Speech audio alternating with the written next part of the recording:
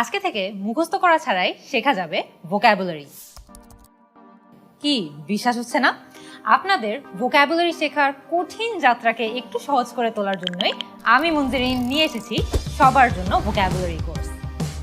Vocabulary শেখার সময় আমাদের একটি কমন ভুল হয়, যেটা হচ্ছে আমরা অনেক বেশি শব্দ শিখি, মুখস্থ করি, কিন্তু শব্দগুলো কি কি ধরনের বাক্যে ব্যবহার করতে হবে, কোন কোন পরিস্থিতিতে কি শব্দ ব্যবহার করতে হবে সেটাই শিখি না। এই জন্যই আমরা আমাদের কোর্সটিকে এমনভাবে সাজিয়েছি যাতে করে বিভিন্ন পরিস্থিতিতে কোন কোন শব্দ আপনাদের জানতে হবে সেটা শিখতে পারবেন আপনারা, কোন শব্দের সমার্থক শব্দ কি হতে পারবে সেটাও শিখতে পারবেন, শব্দের ট্রান্সলেশন, শব্দের উচ্চারণ এবং সবচেয়ে গুরুত্বপূর্ণ কোন শব্দ কি বাক্যে ব্যবহার করতে হবে সেটাও শিখতে পারবেন। আর আপনারা যারা ইংরেজি শেখায় অন্যদের চেয়ে একটু এগিয়ে আছেন, তাদের উদ্দেশ্যে রয়েছে অনেকগুলো চ্যাপ্টার যেখানে আমরা টিপস অ্যান্ড টেকনিক্স শিখিয়েছি ভোকাবুলারি শেখার, যেখানে আমরা প্রোনাউন্সিয়েশন শিখিয়েছি এবং নতুন নতুন ভোকাবুলারি প্রত্যেক দিন শেখার সুযোগ তো রয়েছে। তাই আর দেরি না করে আজকেই ভর্তি হয়ে যান আমাদের সবার জন্য ভোকাবুলারি কোর্সে এবং মুখস্থ করা ছাড়াই শিখুন ভোকাবুলারি।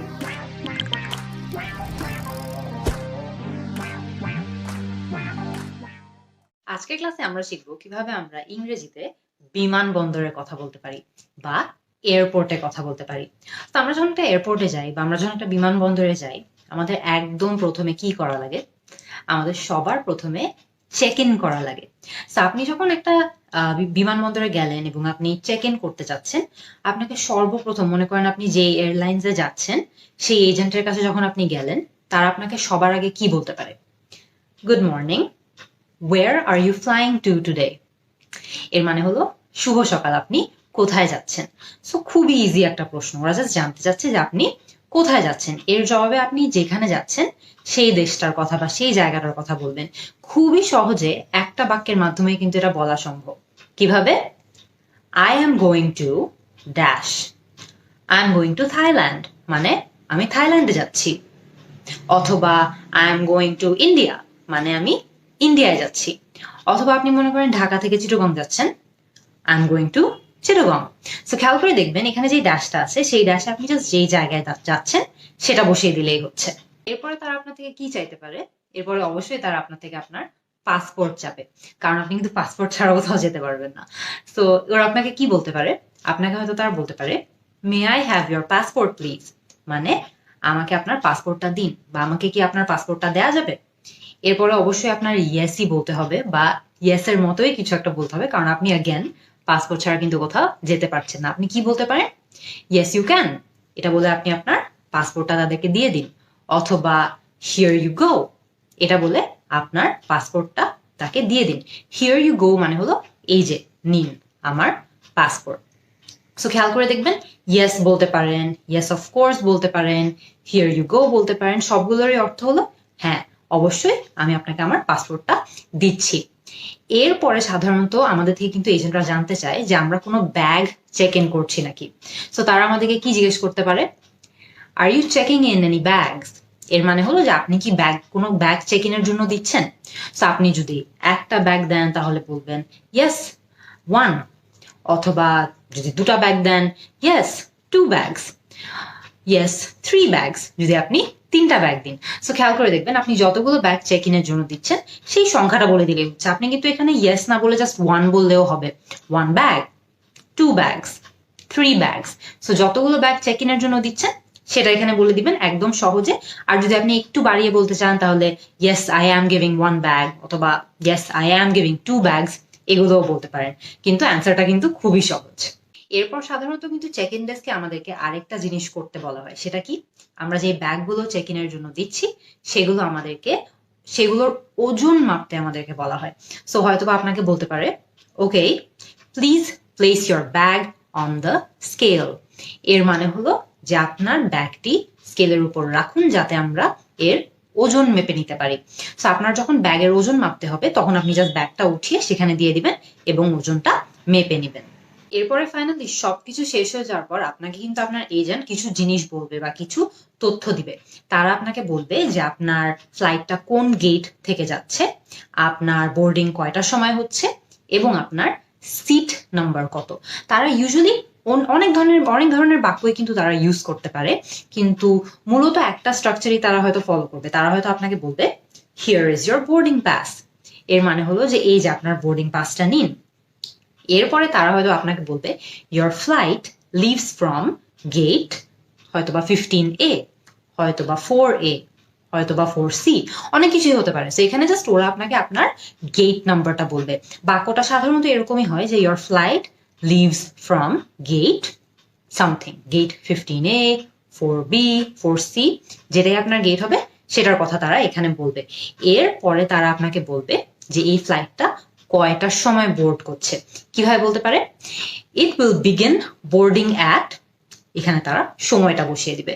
হয়তোবা বলবে 3:20 PM, হয়তোবা বলবে 4 PM, 4:30 PM, কিন্তু আপনারা খেয়াল রাখবেন এই শব্দগুলোর জন্য যে আপনাকে হয়তোবা বলবে it will begin boarding at একটা সময়, আপনাকে একটা সময় দিয়ে দিবে। আর বোর্ডিং শব্দটা বলে নাকি সেটা খেয়াল করার চেষ্টা করবেন। যদি এরকম একটা বাক্য ইউজ করে তারা আপনাকে বুঝাতে চাচ্ছে যে আপনার ফ্লাইটটা কয়টার সময় বোর্ডিং হবে। বোর্ডিং মানে কি, যে সেই সময় হয়তোবা আপনি খেয়াল করবেন যে কেউ একজন ঘুরে ঘুরে হয়তোবা বলছে যে this is the boarding call for flight number এত, this is the boarding call for flight number something, এভাবে বলে যাচ্ছে। সো আপনি জাস্ট খেয়াল রাখবেন যে আপনার ফ্লাইট নাম্বারের কথা তারা বলছে নাকি। সো ওই সময়টাতে, যে সময়টা আপনাকে আপনার এজেন্ট হয়তোবা বলে দিবে যে your flight begins boarding at হয়তোবা 3:20, সো ওই সময়টার দিকে খেয়াল রাখবেন যে আপনাদেরকে কোনো বোর্ডিং কল দেয়া হচ্ছে নাকি। লাস্টে আপনার এজেন্ট হয়তোবা আপনাকে আপনার সিট নাম্বারটা বলে দিবে যে আপনি যখন প্লেনে উঠবেন আপনার সিট নাম্বারটা কত হবে। তারা কিরকম বাক্য বলতে পারে? your seat number is dash, ড্যাশে ওরা হয়তোবা আপনাকে আপনার সিট নাম্বারটা বসিয়ে দিবে। ওরা বলবে হয়তোবা 26E, যে আপনার সিট নাম্বার হলো 26E। এছাড়া তারা আরো বলতে পারে your seat number is 24B, মানে 24B। সো খেয়াল করে দেখবেন যে এই জায়গাটাতে তারা ইউজুয়ালি আপনার সিট নাম্বারটা বসাবে।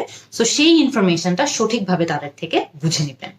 এখন আমরা আলোচনা করব বিমানবন্দরে ব্যবহৃত কিছু কমন বা সাধারণ বাক্য, যেগুলো আমাদের প্রতিনিয়ত একটা এয়ারপোর্টে গেলে ইউজ করা লাগে খুবই বেশি বেশি। সো একদম প্রথমে মনে করেন আপনি একটা এয়ারপোর্টে গেলেন এবং আপনি কোনো একটা এয়ারলাইন্সে বা যে এয়ারলাইন্সে আপনি ট্রাভেল করছেন সেই এয়ারলাইন্সের কাউন্টারটা খুঁজে পাচ্ছেন না। আমার সাথে কিন্তু এটা অনেকবার হয়েছে। আমি গিয়েছি, যে এয়ারলাইন্সে যাচ্ছি সেই এয়ারলাইন্সের কাউন্টারটা কোথায় এটাই খুঁজে পাচ্ছি না। তখন কিন্তু আমাদেরকে কাউকে জিজ্ঞেস করা লাগতে পারে যে অমুক এয়ারলাইন্সের কাউন্টারটা কোথায়, তমুক এয়ারলাইন্সের কাউন্টারটা কোথায়। সো এটা আপনি কিভাবে ইংলিশে জিজ্ঞেস করতে পারেন? খুবই পোলাইটলি, খুবই সুন্দর করে জিজ্ঞেস করা সম্ভব। কিভাবে? Excuse me, where is the dash airlines check in desk. So এখানে খেয়াল করে দেখবেন যে ড্যাশটার কথা আমি বললাম, সেই ড্যাশে আপনি যে এয়ারলাইন্সটা খুঁজছেন শুধু তাদের নামটা বসিয়ে দিলে কিন্তু হবে। মনে করেন আপনি বাংলাদেশ এয়ারলাইন্সের কাউন্টার খুঁজছেন, আপনি জাস্ট বলে দেবেন excuse me, where is the Bangladesh Airlines check-in desk? আপনি যদি ইন্ডিয়ান এয়ারলাইন্স একটা খুঁজে থাকেন, এখানে ইন্ডিয়ান এয়ারলাইন্স বসিয়ে দিবেন। আপনি সিঙ্গাপুর এয়ারলাইন্স খুঁজে থাকলে সিঙ্গাপুর বসিয়ে দিবেন। সো আপনি যেই এয়ারলাইন্সের কাউন্টারটা খুঁজছেন বা খুঁজে পাচ্ছেন না সেটা সম্পর্কে জিজ্ঞেস করতে চাচ্ছেন, শুধু সেই এয়ারলাইন্সের নামটা বসিয়ে দিলেই হবে। আমাদের পুরো বাক্যের স্ট্রাকচারটা কিন্তু সেম রয়ে যাচ্ছে। আরেকটা খুবই কমন প্রবলেম আমরা সাধারণত ফেস করে থাকি, সেটা হচ্ছে আমরা হয়তোবা একটু অতিরিক্ত ওজনের কিছু এনেছি, যেটা হয়তোবা এয়ারলাইন্স থেকে যতটুকু অ্যালাউ করে বা যতটুকু পারমিট করে তার বাইরে। সো আমরা হয়তোবা জানতে চাই যে এই এক্সট্রা ওয়েটের জন্য আমাদেরকে কত এক্সট্রা চার্জ দেওয়া লাগবে। কিভাবে জিজ্ঞেস করতে পারেন? How much is the fee for extra weight? How much is the fee for extra weight? এর মানে হলো যে অতিরিক্ত ওজনের জন্য আমাকে কত এক্সট্রা টাকা দেওয়া লাগবে বা কত এক্সট্রা পে করা লাগবে। সো আমরা কি বলবো? How much is the fee for extra weight. এরপরে আমাদের আরেকটা জিনিস নিয়ে অনেক সময় একটা সমস্যা ফেস করা লাগে বা এই সিচুয়েশনটা ফেস করা লাগে, সেটা হচ্ছে হয়তোবা আমরা আমাদের ব্যাগের মধ্যে এমন কিছু জিনিস এনেছি যেগুলো সহজে ভেঙে যাবে। সহজে যে জিনিসগুলো ভেঙে যায় সেগুলোকে আমরা কি বলি জানেন? ফ্র্যাজাইল।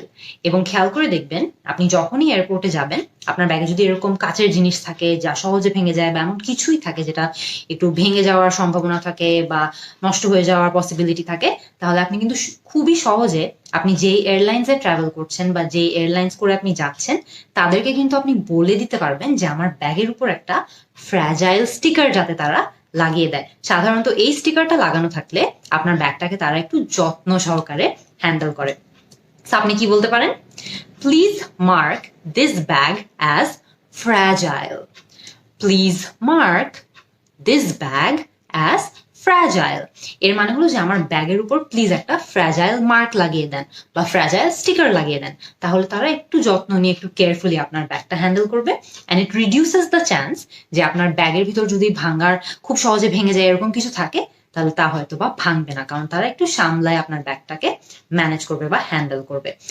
এছাড়া আরেকটা জিনিস নিয়ে আমাদের অনেক সময় বিমানবন্দরে বা এয়ারপোর্টে একটা প্রশ্ন করা লাগে। সেই প্রশ্নটা কি, যে ফ্লাইট কি টাইম মতো ছাড়বে নাকি? খুবই সহজে এটা কিন্তু আপনি জিজ্ঞেস করতে পারবেন। কিভাবে?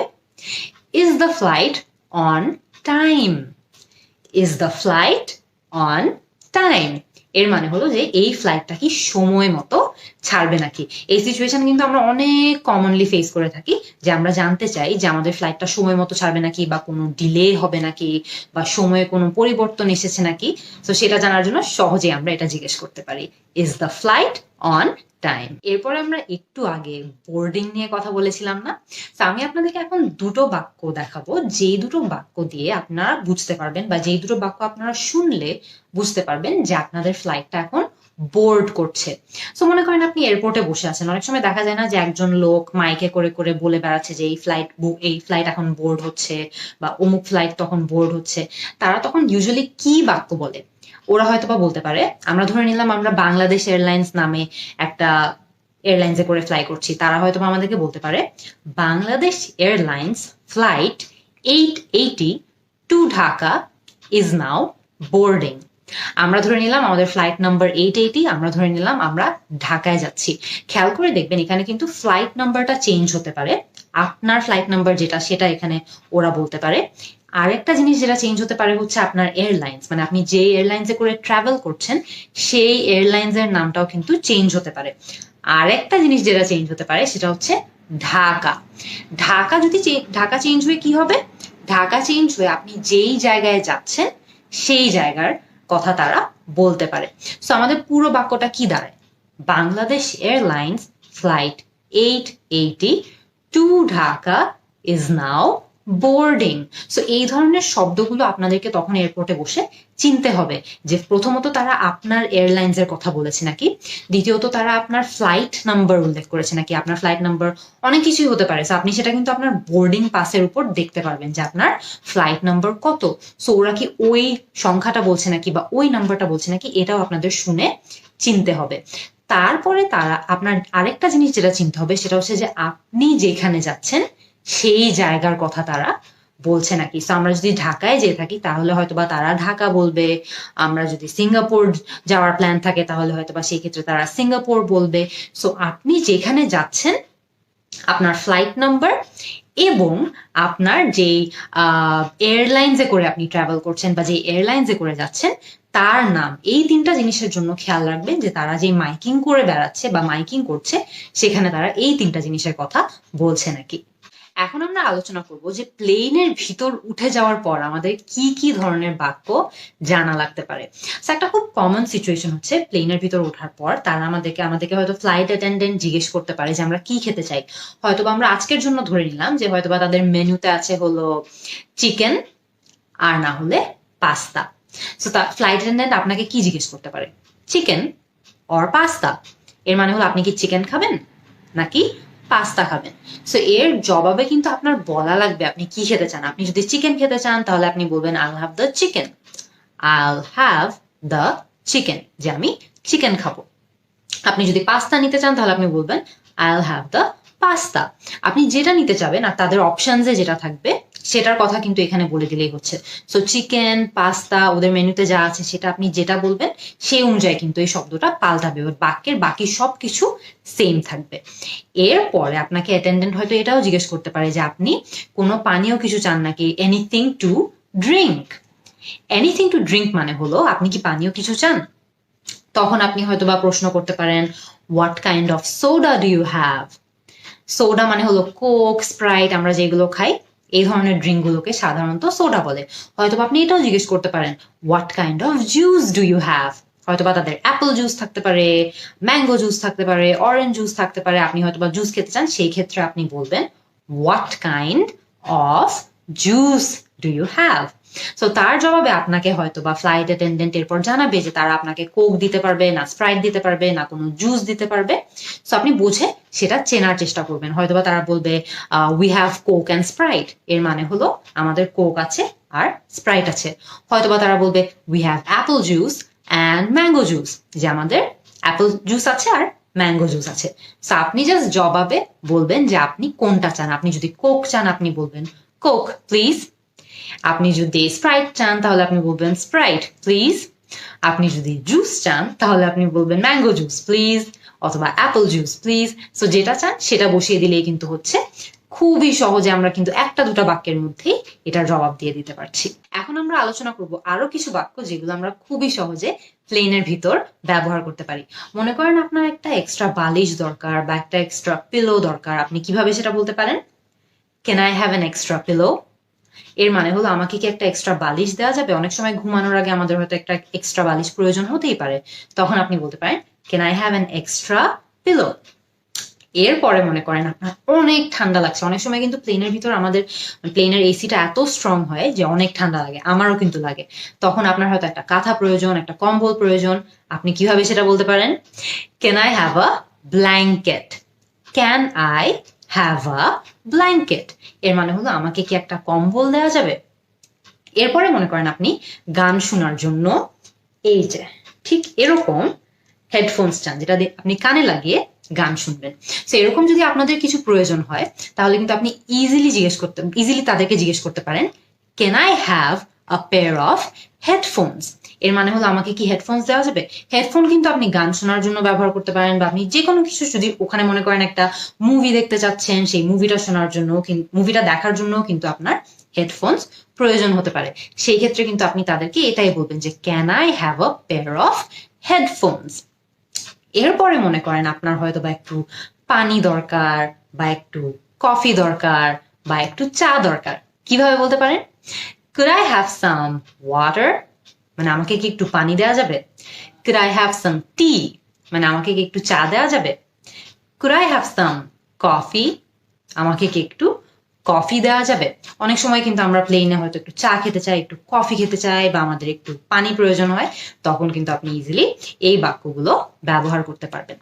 লাস্ট যে বাক্য আজকে আমরা এই ক্লাসে আলোচনা করব সেটা হলো, মনে করেন আপনি প্লেনে আছেন, আপনার একটু এক্সট্রা ন্যাপকিন দরকার বা এক্সট্রা টাওয়েল দরকার। হয়তো বা আপনি একটু হাত মুছতে চান, একটু মুখ মুছতে চান, আপনার একটা ন্যাপকিন দরকার হতে পারে, একটা টাওয়েল দরকার হতে পারে।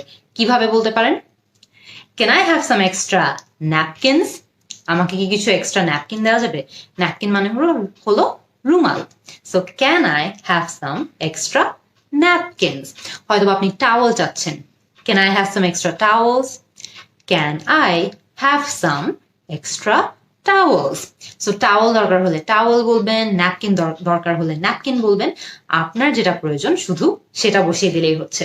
সো আজকে কিন্তু আমরা খুব লম্বা একটা ক্লাসের মাধ্যমে শিখলাম যে কিভাবে আমরা ইংরেজিতে খুবই সহজে চাইলে এয়ারপোর্টে বা বিমানবন্দরেও কথা বলতে পারি। আমরা কিন্তু এটাও দেখেছি যে প্লেনের ভিতরেও কিভাবে আমরা ইংরেজিতে কথা বলতে পারি।